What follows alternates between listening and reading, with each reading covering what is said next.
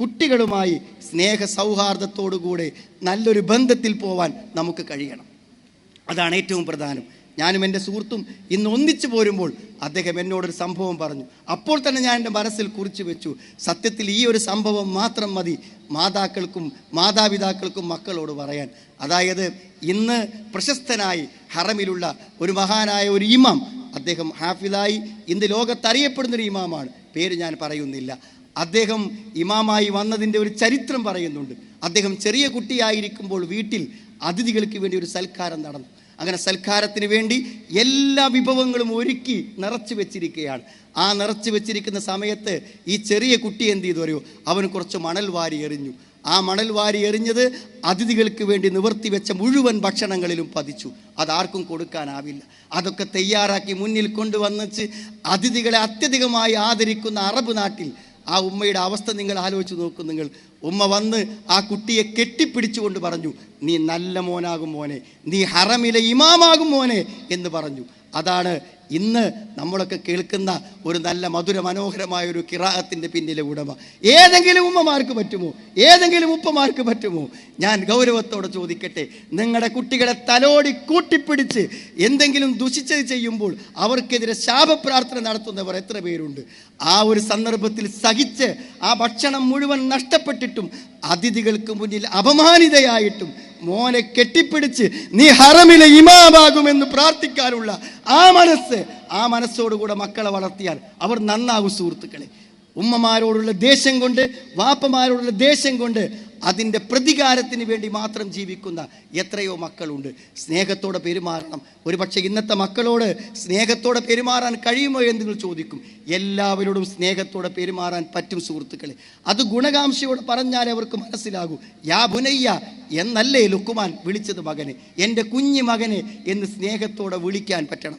ആ വിളിച്ച് സ്നേഹത്തോടെ തലോടി പറഞ്ഞു കൊടുത്താൽ എല്ലാം അവർക്ക് മനസ്സിലാകും. എത്രയെത്ര നല്ല അവസരങ്ങളുടെ സുഹൃത്തുക്കളെ. നിങ്ങൾ ഇപ്പോൾ +2-നും ഡിഗ്രിക്കും എത്തിയിട്ട് ഉപദേശിക്കാൻ തീരുമാനിച്ചാൽ ഒരു ഉപദേശവും തലയിലേക്ക് കയറില്ല. നിങ്ങളുടെ വീട്ടിൽ 3 വയസ്സായ കുട്ടിയുണ്ടോ, 4 വയസ്സായ കുട്ടിയുണ്ടോ? ഒരു ചെറിയ പരീക്ഷണം നടത്തൂ. നാളെ ആ കുട്ടി കളിച്ചുകൊണ്ടിരിക്കുമ്പോൾ അടുത്ത് പോയിട്ട് ഞാൻ നിനക്കൊരു കഥ പറഞ്ഞു തരാം, അതൊന്ന് പറഞ്ഞു നോക്കും നിങ്ങൾ. ആ കുട്ടി കണ്ണും കാതുമെടുത്ത് ആകാംക്ഷയോടെ നിങ്ങളുടെ മുമ്പിൽ തുറന്നിരിക്കും. നിങ്ങൾ പറഞ്ഞു തീരുന്നതുവരെ അവൻ ഓരോ അക്ഷരവും വിടാതെ ഒരു ക്യാമറ കണ്ണുപോലെ അത് പകർത്തും. എത്ര അവസരം കിട്ടി കഥ പറഞ്ഞു കൊടുക്കാൻ. നമ്മൾ ആരെങ്കിലും കുട്ടികൾക്ക് കഥ പറഞ്ഞു കൊടുത്തു? ഹലീമത്തു സാദിയയുടെ കഥ, ഏത് പ്രവാചകൻ സ്വല്ലല്ലാഹു അലൈഹി വസല്ലം മുല കൊടുത്ത ആ വനിതയുടെ കഥ, അവരോടൊപ്പം ഉണ്ടായ മഹാത്ഭുതങ്ങൾ, ആ പിഞ്ചുബാലന് മുല കൊടുക്കുമ്പോഴുണ്ടായ അത്ഭുതങ്ങൾ നിങ്ങൾ പറഞ്ഞു കൊടുത്തു നോക്കൂ. നിങ്ങൾ മക്കയിൽ നിന്ന് മദീനയിലേക്കുള്ള പ്രവാചകന്റെ ഹിജ്റ, മരണത്തെ മുഖാമുഖം കണ്ടു പോകുന്ന യാത്രയിൽ പ്രവാചകന് കിട്ടിയ സംരക്ഷണത്തെക്കുറിച്ച് പറഞ്ഞു നോക്കൂ നിങ്ങൾ. വേണ്ട, കിണറ്റിൽ കൊണ്ടുപോയിട്ട് ഏറ്റവും അധികാരത്തിൻ്റെ കസേരയിലേക്ക് എത്തിയ യൂസുഫ് നബി അലൈഹി സ്വലാമിൻ്റെ കഥ, ആ കഥ മതി പരീക്ഷണ ഘട്ടങ്ങളിലെല്ലാം സഹിച്ച് മുന്നോട്ട് പോകാൻ. ഒരു പക്ഷേ നിങ്ങളില്ലാത്തൊരു സ്ഥലത്ത് ഒറ്റപ്പെട്ടാൽ പോലും അവൻ യൂസുഫ് നബി അലൈഹി സ്വലാം കിടന്ന കിണറാലോചിക്കും. ഇനിയും എനിക്ക് രക്ഷപ്പെടാനും തിരിച്ചു വരാനും പ്രതീക്ഷയുണ്ടെന്ന് അവൻ്റെ മനസ്സ് പറയും. റബ്ബി ഖദ് ആതൈതനീ മിനൽ മുൽക്ക് വഅല്ലംതനീ മിൻ തഅ്വീലിൽ അഹാദീസ് ഫാത്തിറസ് സമാവാതി വൽ അർള് അൻത വലിയ്യി ഫിദ് ദുനിയാ വൽ ആഖിറ തവഫനി മുസ്ലിമൻ വഅൽഹിഖ്നി ബിസ്സാലിഹീൻ. എപ്പോഴാ പ്രാർത്ഥിച്ച സുഹൃത്തുക്കളെ? താൻ രക്ഷപ്പെട്ടു വന്ന മുഴുവൻ കാര്യങ്ങളെയും ഓർത്തിട്ട് അള്ളാഹനെ വിളിക്കാണ്. റബ്ബി ഖദ് ആതൈതനീ മിനൽ മുൽക്ക്, റബ്ബേ രാജാധികാരം തന്നു. സ്വപ്ന വ്യാഖ്യാനം പഠിപ്പിച്ചു തന്ന് എത്രയോ ദുരന്തങ്ങൾ നിന്റെ കരകയറ്റി. അൻത വലിയ്യി, നീയാണ് എൻ്റെ രക്ഷകൻ. അൻത വലിയ്യി, നീയാണ് എൻ്റെ രക്ഷകൻ. യൂസുഫ് നബി അലൈഹി സ്വലാമിൻ്റെ വാക്കുകളിൽ നിന്നും ഒരു രക്ഷകനെ, അള്ളാഹുവിനെ പഠിപ്പിച്ചു കൊടുക്കാൻ ആ കഥയെക്കാളും മനോഹരമായ മറ്റെന്താണുള്ളത്? വെറുതെ ചോദിക്കൂ സുഹൃത്തുക്കളെ, മക്കൾ എത്രയോ ഉണ്ടായിട്ട് ഒരു കഥ പറഞ്ഞു കൊടുത്തു, കൈപിടിച്ചവരെ പള്ളിയിലെത്തിച്ചു, ഒരു നല്ല കാര്യം ചൂണ്ടിക്കാണിച്ചു കൊടുത്തു, മുറ്റത്തിറങ്ങി ആകാശത്തേക്ക് ചൂണ്ടി ചന്ദ്രനെ കുറിച്ച് പറഞ്ഞു നമ്മൾ. അതേപോലെ തന്നെ ഒരു സൂയിൽ ചെന്ന് ഒരു മൃഗത്തിൻ്റെ സൃഷ്ടിപ്പിൻ്റെ വൈഭവങ്ങൾ കാണിച്ചു കൊടുത്തിട്ട്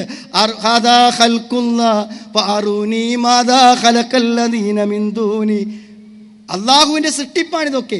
ഇങ്ങനെ സൃഷ്ടിക്കാൻ കഴിയുന്ന ആരെങ്കിലും ലോകത്തിലുണ്ടോ എന്ന മനോഹരമായ ചോദ്യം സൂറത്തുൽ ലുഖ്മാനിലുണ്ട്. സുഹൃത്തുക്കളെ, മക്കളെ ബോധപൂർവം നമ്മൾ വളർത്തിയാൽ നമ്മൾ വിചാരിക്കാത്ത ഉന്നതികളിൽ അവരെത്തും. ഇന്നും എന്നോടൊരു സുഹൃത്ത് പറഞ്ഞു, ചെറുപ്പത്തിൽ ഖുർആൻ പഠിക്കാൻ എൻ്റെ മാതാപിതാക്കൾക്ക് എനിക്ക് അവസരം നൽകി. ആ ഖുർആൻ പഠനമാണ് ഇന്ന് എൻ്റെ ജീവിതത്തിൻ്റെ എല്ലാ രക്ഷകൾക്കും പിന്നിലുള്ളത്. സുഹൃത്തുക്കളെ, അങ്ങനത്തെ വഴികൾ നമ്മുടെ മക്കൾക്ക് കാണിച്ചു കൊടുക്കുമ്പോൾ അവരോർക്കും നിങ്ങളെ, എന്നും നിങ്ങളെ ഓർക്കും. നിങ്ങൾ മരിച്ച് മൺമറഞ്ഞാലും നിങ്ങളുടെ മുഖങ്ങൾ കഫംപുടകളെ കൊണ്ട് മൂടിയാലും ആ മുഖങ്ങൾ അവൻ്റെ മനസ്സിൽ തിളങ്ങി നിൽക്കും. അവൻ പ്രാർത്ഥനയ്ക്ക് കൈ ഉയർത്തുമ്പോൾ റബ്ബിഗ്ഫിർലി വലിവാലിദയ്യ, എനിക്ക് പൊറുക്കണേ എന്ന് പറഞ്ഞാൽ അടുത്ത വാക്കിൽ നിങ്ങൾക്ക് പൊറുക്കണേ എന്ന് പറയും. സ്വർഗത്തിലെത്തുമ്പോൾ അവരുടെ പ്രാർത്ഥന കൊണ്ടും അവരുടെ ഇസ്തിഗ്ഫാർ കൊണ്ടും നാം പ്രതീക്ഷിക്കാത്ത ഉന്നതങ്ങൾ സ്വർഗത്തിൽ ആർജിക്കാൻ നമുക്ക് പറ്റും.